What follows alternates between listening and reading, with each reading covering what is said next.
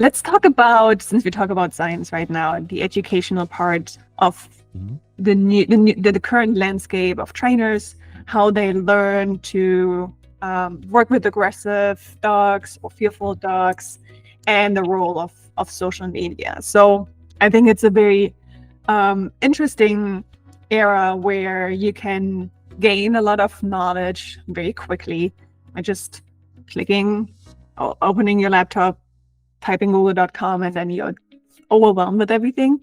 So you can, or not overwhelmed, so you can gain a lot of knowledge very quickly. But you can also claim that you have a lot of knowledge easily because it's easy to post this on a 2 minutes transformation video on Instagram or Facebook or any kind of social media channel. So what of it is helpful? What is your take on social media or just the internet right now in terms of learning, handling, and becoming a trainer with success enough so that you say, okay, this is my thing and I'm learning the right things? I think you summarized a lot of it quite well, because it's there's access to really great information for free in most circumstances. I mean, there's just so much free information now. You really can learn almost how to do anything these days through, just watching YouTube videos, through following social media accounts, to even using AI to help you out. There's just an unlimited amount of information. The issue, though, is being a good consumer of information, and how to process that information, know what's good and what's not. That's the skill set that's often missing. So just like somebody knows to what is going to go out car shopping, again, we'll use cars as the analogy, but let's go out car shopping, and they go out and they're like, I'm just going to start looking at videos of cars, and they have no idea if they want a 2-door, 4-door, a 4-wheel, a truck, whatever, and then just getting influenced by everything on there. That's the problem, because the algorithm's going to start feeding them stuff that thinks the person wants to learn about, which is going to shape their education about cars, which could push them in the wrong direction if they're not a good consumer, being like, okay, I know because I need to look at the longevity of this car, and I want to hear about the studies on the safety crashes. And that's a good consumer. You start digging deeper and you know how to look for those things outside of social media. So using Google Scholar, like knowing how to read certain articles, the difference between an article or pop culture summary of somebody's research versus the actual research, so that's the kind of things that are subtle. And so that's the issue with social media. It's great until it's not. And people see like flashy accounts. They see like people doing things, really highly edited videos of dog behavior, and showing a dog that was really aggressive before, like 5 minutes ago, and suddenly it's not. And you can make it look really good, but again, a good educated consumer is going to see the difference between a dog that's just simply not barking and lunging, or a consumer that's saying that dog's barking and lunging, but now is super stressed and not barking and lunging, because they can recognize those subtle signals. So there's so many pros and cons to social media these days, but I will say I'm happy to see more information getting out there in regards to positive training techniques and science-based training techniques. And I've witnessed this actually in my travels to other countries, where I'm seeing, information or authors or really good science-based trainers that aren't super popular on social media. Their information is ending up in places that you would never expect. So I travel, I'll do a workshop, like, oh my gosh, so you guys know about Krista Stewart, for instance, and you've learned about BAT, and you learned about that technique, or so you see that they're really getting good information that wouldn't happen actually without social media, without the internet. So I do say that that's the benefit of it, but of course there's the damaging stuff that also gets quickly put out there in the universe. So yeah, if I had one wish, it'd just be teaching people how to be good consumers. Just like you got to teach a teenager how to use a credit card properly. If you don't, they're gonna get in trouble. So it's all those nuances about like people have to learn how to be responsible with the information they're receiving. How do you become a good consumer? Like what is maybe a question you should ask yourself when you consume social media? That's such a good question. I think you should always question the authority you're listening to, meaning you don't have to say like can you back it up to their face or anything like that? That's not what I'm talking about. I'm like, just like dive a little deeper. Like, does this, is what they're saying really true? Is there some data or there's some research behind what they're saying? Has it been proven before? Or is it just their anecdotal experience? And not that that's a bad thing.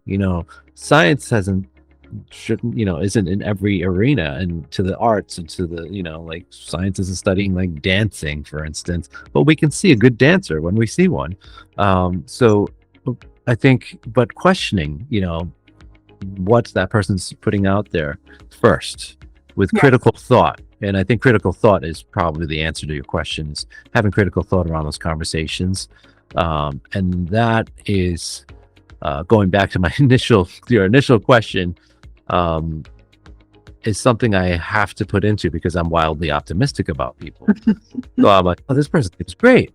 But wait a second, before I start promoting this person on social media or having them speak on my podcast or a conference, I'm going to dive a little deeper into their work. I'm not just going to take it at face value, or, oh, this person has a PhD, or this person has 1 million followers, or this person seems like a really good business person, so they must know what they're doing.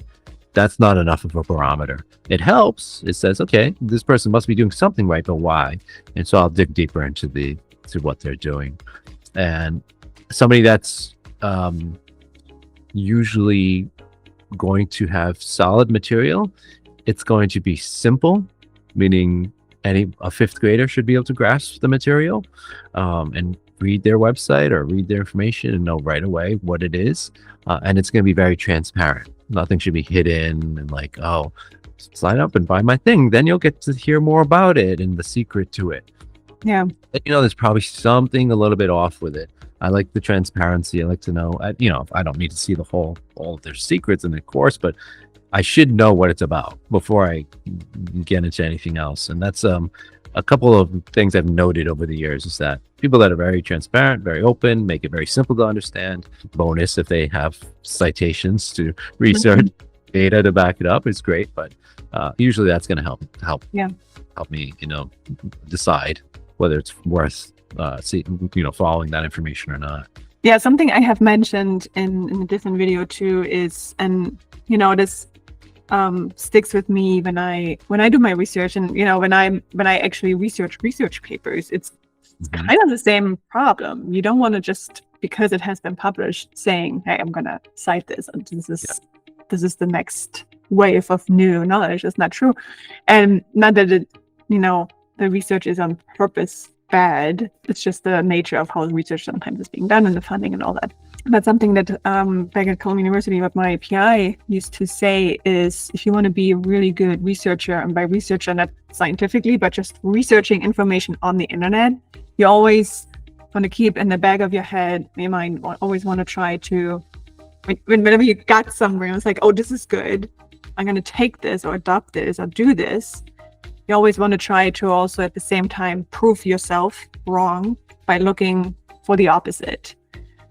And if you find a lot of things that are contrary to what that just should make you wonder, it's like, maybe that's not it. Or maybe what is wrong, what is right here. And I can help to kind of not necessarily find the right answer, but at least stop you from going down the wrong path.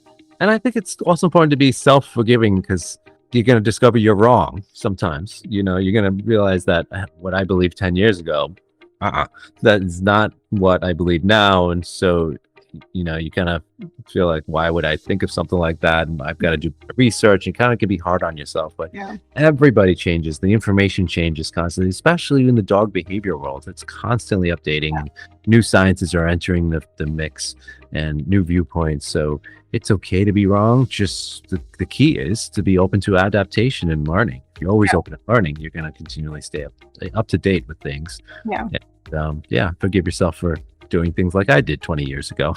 So and I mean, it's almost needed to be wrong. And it's not even to be, it's just like if you can say, I did the best I can with the knowledge I had and the resources I had, right, then there's nothing wrong with being wrong. It's just change of time and not. And that's a good thing too, because if you never feel you're wrong, yeah, then that's a problem. yeah.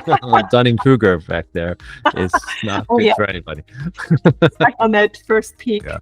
What's it called? I think it's called the Idiot Hill or something like that.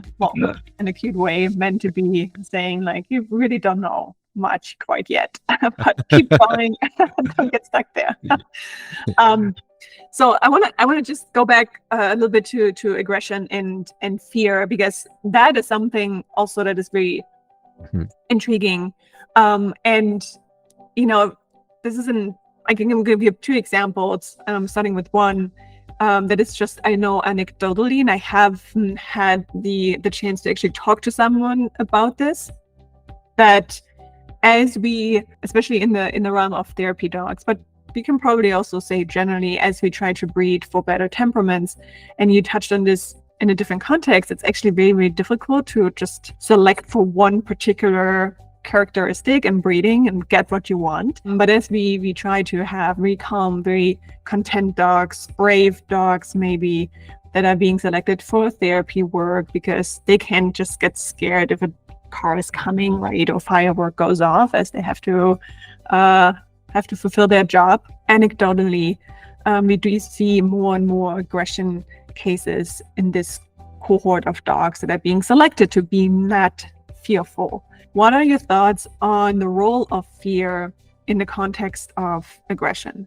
Well, fear is the most common emotion that's going to fuel aggressive behavior, in my experience, where it's just, again, the dog is trying to make the threatening stimulus go away. And so fear is the driving emotion or the underlying emotion for that. So very common. And that's the nice thing, air quotes here. Nice thing about fear is that it's often very straightforward to address as far as what the techniques. It doesn't take a lot of changes in our path of how we're going to work with that dog versus some of the other underlying emotions. So you're just mentioning like the therapy dogs that are being selected for more boldness or confidence, right? And that can, when you think about it, reduce the fear, which theoretically should say, okay, maybe we're going to see less aggression because the dog, if we're going to see more of these confident dogs. However, there's some dogs that are still going to have the motivation to protect themselves, to protect their people, to protect their whatever it is of value. And so you might see the context of the dog being more confident to do that now. Be like, this is my food bowl and this is my person. And you've got me as a Belgian Malinois, but you want me to be a therapy dog, which is fine. There's plenty of them, but it's also the dog's going to say, well, I'm a really confident Belgian Malinois, and part of my genetic makeup could be to bite things to protect them. And now I'm much more confident to do that. So, okay, here I go. And so you might see aggression in other contexts that aren't motivated necessarily by fear. Or if they are motivated by fear, the dog can be more likely to say, okay, I'm a little worried about this thing, but I'm confident to let them know I don't want them near me. So it's kind of like this, it's a soup, right? It's not easy to separate those things because you can have interplay and vacillation between those two things where a dog is fearful of something to saying, I'm confident enough to make this thing go away. So especially if it's been reinforced. I mean, if there's a history of reinforcement in there, you often see it just significantly escalate in my experience with that kind of dog. Yeah, some of the studies that have been, again, done in rodents mostly because it's so easy to manipulate their behavior genetically and neuropharmacologically. What they would do is they basically shut off the threat detector, the amygdala, so they would not experience any fear. And normally, as an indication for do they experience any fears, they would take that mouse and put it in a cage with another mouse, and that other mouse, that's that mouse territory. So basically that mouse would go into a foreign territory. And normally as a mouse, you're like, oh shit, this is not my home. I gotta get out of here. So the fear kicks in of, being attacked. And what they've seen is in those that do not have any fear, they are in a foreign territory. It's not their own. There's this other mouse who lives there, and they go out and attack. And that is very, very rare for this kind of situation because, clearly this is not their territory. The way that is being described is they're becoming more proactively, they're seeking out the aggression. But I also think, like I said, because I don't think there's anything ever black and white in terms of aggression and, inputs. I think, yes, they see this other mouse and it's still a threat, right? It's still a threat in a way because there's confrontation. And instead of saying I'm avoiding it altogether because I'm fearful, I'm just going in for it because I feel so confident in saying I'm going to win that fight. And, I think that part I do see happening, or can imagine happening more and more when we breed for fearless dogs, that even though they would normally try to avoid the situation, this doesn't have to be super fearful and like skittish, but it can just be turning around and not going over to this other dog or whatnot, are actually now even more stimulated to go out.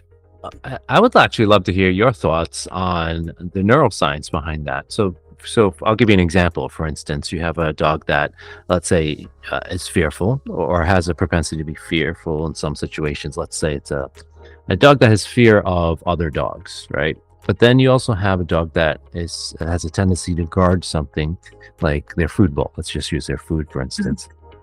And then the argument there is that it's not the fear system that's in play, it's the rage or anger system that's in play. When a dog, it may start as fear, but because the dog's suddenly startled by like another dog approaching. But it typically, for me, in the presentation of all of the measurements we can look at, body language, behavior, physiological changes, in that dog that's guarding their food bowl, it's a much different presentation. So my argument is that the dog is experiencing rage or anger and not fear in that moment. And so it vacillates over to that other emotional system. And then the dog is more likely to. So then if you take that same dog and just present it in that context, so like you were talking about the rats in the territory versus the rat being approached not on territory, just by another rat that was formerly fearful of rats, then what's happening there, right? Is it, what part of the brain's working there, and what's happening from a neurobiological level versus, if, again, we can look at the context, we can look at the body language, we can look at what we suppose is the emotion. But I'd love to hear your thoughts on what changes in the brain when that happens. Yeah, it's the super short answer is that these are like, it's a really good question, and it's exactly what we don't know 100% yet. The researchers who do that stuff. What we do know though is, when we talk about fear aggression, for example, we talk about as if it's one thing, but it's actually, there's aggression and then there's fear, and that fear fuels the aggression, but both have their own circuitry in the brain. So if you take away the fear, the aggression part is still there. We also know that in the hypothalamus, this is the area where the aggression circuitry sits. And interestingly enough, there's a part that is only for this rage aggression. And that being triggered turns a rodent. You trigger this, and that rodent will attack anything and everything around it. And if that rodent was to be startled, put in a situation where it experiences fear, that rage would not happen. So fear kind of blocks that kind of rage and anger. But being defensive is being fueled by fear. So my theory around this is, like you said, I think often, most of the time, I think there is an initial fear incidence. That can be just being startled, right? Dog is being startled and feels threatened because someone came in wanted to grab that food bowl, whatever. And that triggered the whole defensive aggression thing, right? But over time, if it's just rehearsal and strengthening, all the behavior, circuitry, and sequence, I think that fear eventually goes away as not being the main trigger anymore. But there's still the aggression part. And I think there's a lot of, and I think it happens more often than we think, that then that part of aggression also becomes a little bit of a reward to the dog neurobiologically. So Yes. dopamine comes up, it's like, oh, that was a good little fight there. Or, oh, I felt good to bark and lunge at that person. So the rehearsal part of it, I think, then turns into more like a almost seeking out that kind of experience. And that's usually also associated with a shorter fuse. It happens way faster. It's rehearsed a lot. It's more automatic sometimes. And it shifts into an habitual behavior almost. Put that dog in a different situation, it might be completely different. And then all of a sudden it's in a park where there's food, and then maybe the fear kicks in again because the organism, the survival kicked in. It's like I have to reevaluate. It's not the same thing. Yeah, and so I use an analogy all the time if I'm talking to my students about the underlying emotions that might fuel aggressive behaviors. And so, like you're sitting at your favorite restaurant. So you're a human sitting at a favorite restaurant. You get down, you sit down, you're starving, but some strange guy comes up to you and just sticks his hand in your plate, like, give me that. At first, what's your response going to be? Like, oh, what are you doing? You might be a little bit startled, so you have that response. But then, as you were just talking about, that person you keep doing that daily, every day. This person keeps coming over and sticking their hand in your plate. Day after day, eventually you're going to get pretty pissed about it, and you might get angry, and that's other system starts kicking too. Then it becomes habitual. And now if you take a really confident individual, if we were to assign that personality trait, you're going to see a lot of different things going on in terms of the behavior, in terms of the how that behavior represents itself, the intensity of it. Like, let's say your behavior of anger that happens that because of that rage or anger is you punch the person, so your punching might get more, maybe you'll get more aroused, or maybe you won't, so you get like really primed and your heart starts to go up and you start sweating when that person comes in. Or because you're a more confident person, you're like, all right, here comes the guy again. Let me get my fist ready. Here he comes. Boom. Let me hit him before he actually reaches into my plate. And it gets reinforced, of course. And it becomes, so it's just it's a fascinating discussion for me because different things can happen to different people. You can start talking about all the other things like frustration and then anxiety. So like if that person's just nervous about people coming close and they're not sure, maybe the guy comes sometimes or not, like, oh, is he gonna come today? So if I'm biting my nails, that anxious about it, versus the person that's perfectly confident, like, I'm gonna smack this guy in the face because I know how to do exactly right. It works every single time whether he comes here or not. So that person's not going to be anxious. So and I think one aspect of this is also you can see, is it like really goal driven? Some dogs, they go out and they have a goal in terms of, even if it looks like protection, but it's the goal of protecting, and this is what they kind of build up towards. Versus an anxious dog, anxiety, as we like define it, they see a threat in everything, even though there isn't, seeking out threats where there aren't any threats. So they, and again here, backing up with some studies, is for those rodents or animals that feel a lot of frustration. If you give them an outlet, food, toy, or the ability to beat up another mouse, they will choose aggression to beat up another mouse because it can be satisfying to let out all their energy. They can do what they know best, maybe biting or whatever, however mice attack each other. And there's also, again, there's some sort of dopamine involved that makes that mouse feel good right after, that counterbalances the frustration, the anxiety they felt before. So an anxious dog, I would then look at, okay, is this kind of an outlet for the frustration that the dog is constantly feeling, maybe minutes before, hours before, months and years before, versus a dog who is like, I'm going for this and I'm just waiting, I'm positioning myself here, I'm waiting for the waiter to come to punch before anything else can happen. And I think there's huge differences in individuality. This is your dog. This is what you've seen on social media. It doesn't match up. Why? And helping them through that can be very valuable for their journey.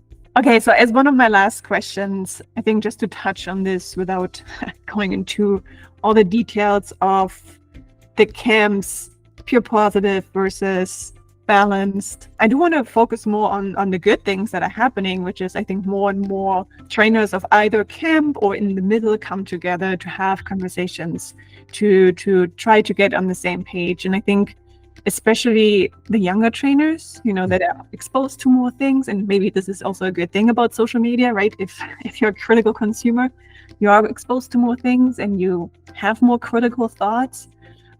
They want to have the conversation and they want to hear each other out. So what are your thoughts on this, let's call it movement, but maybe more importantly, having a conversation is great and it's obviously the first step.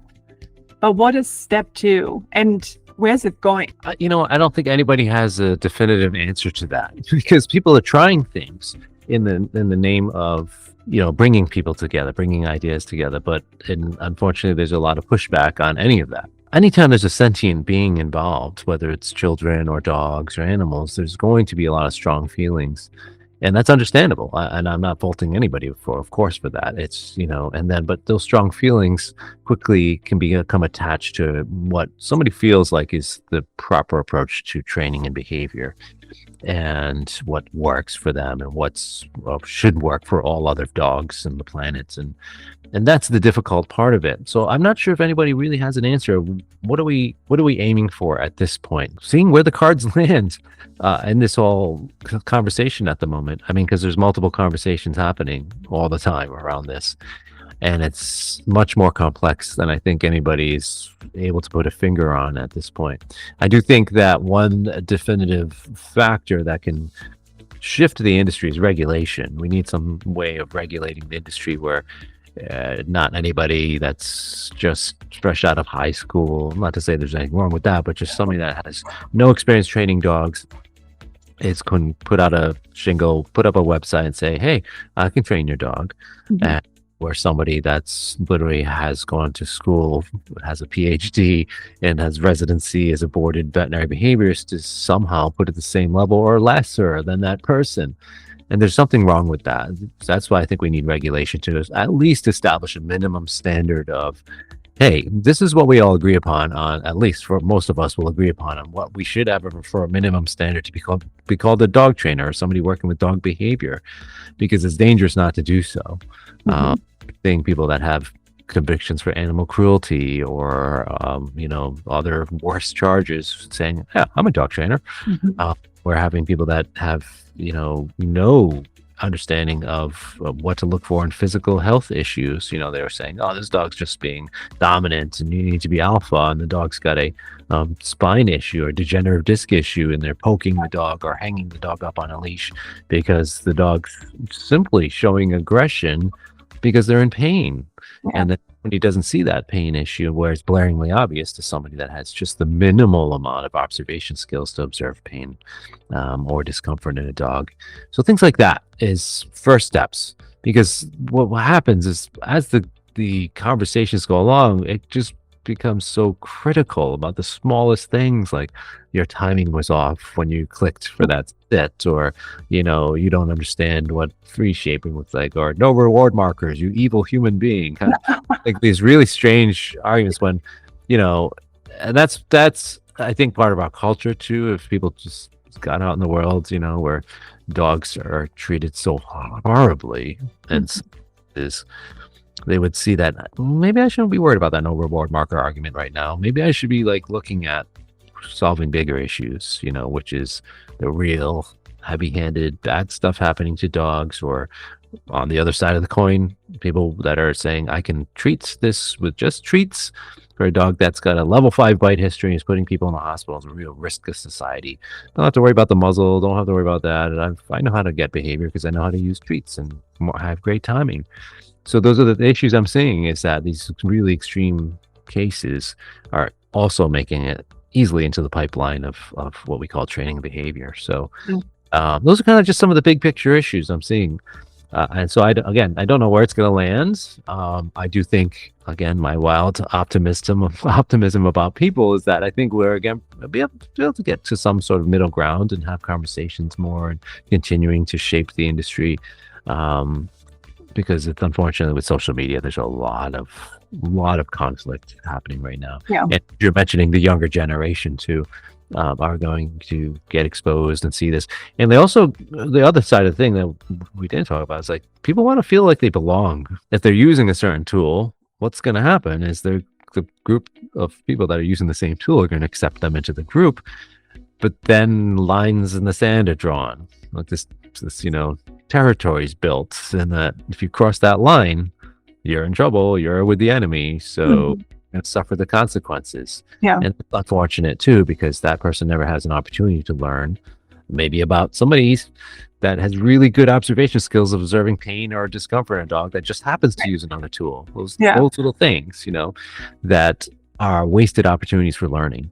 So that's the other issue I'm seeing. So for the young folks listening to this podcast, don't be afraid to learn from everybody. There's always something you can learn from almost everyone out there, regardless of their methodology. Just be a good consumer of the information. Be like, I don't agree with the tool you're using, but I can see you're really good at X, Y, or Z. Mm-hmm. To learn more about that. Even if you don't even have to talk to the person. I mean, so many people put things out there for free now. It's just explore that person's stuff.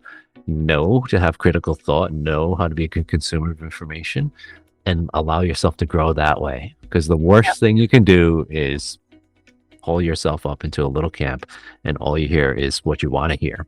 And you never grow from there. Yeah. And you're stuck in that camp, and then next thing you know, that's where you are for your life, and you don't spread your wings and learn other things. And again, I'm not saying you have to use any other tools or decide to go into another camp.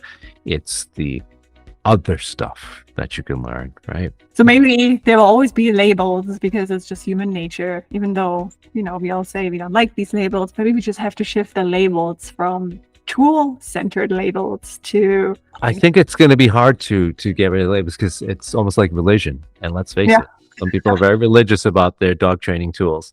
I think, and for thousands and thousands of years of human existence, we still have labels for religion. And it's a kind of an odd analogy to make, but it's very true. People are very, very vocal about what they choose to use for a tool, and also that they're proud of their use of certain tools or certain equipment. So they're going to label themselves that and be proud of that label. And I can understand that. Again, people want to be proud of what they believe in. But the issue with that, of course, is it creates the dichotomy that doesn't allow for discourse, which we see problematically happening in the world all the time. So unfortunately, still the same with dog training. What do you want your legacy to be? What do you want to be remembered for? What do you wish, what is the association you want people to have with your name? And now in 20 years and then 30 years, 50 years? That's a good question. For me, I think it's just kindness and empathy. Those are the things I talk about all the time. I talk about it to my students. I put it in my presentations. I mean, because for me, it's been the secret to my life success and to my own well-being as well.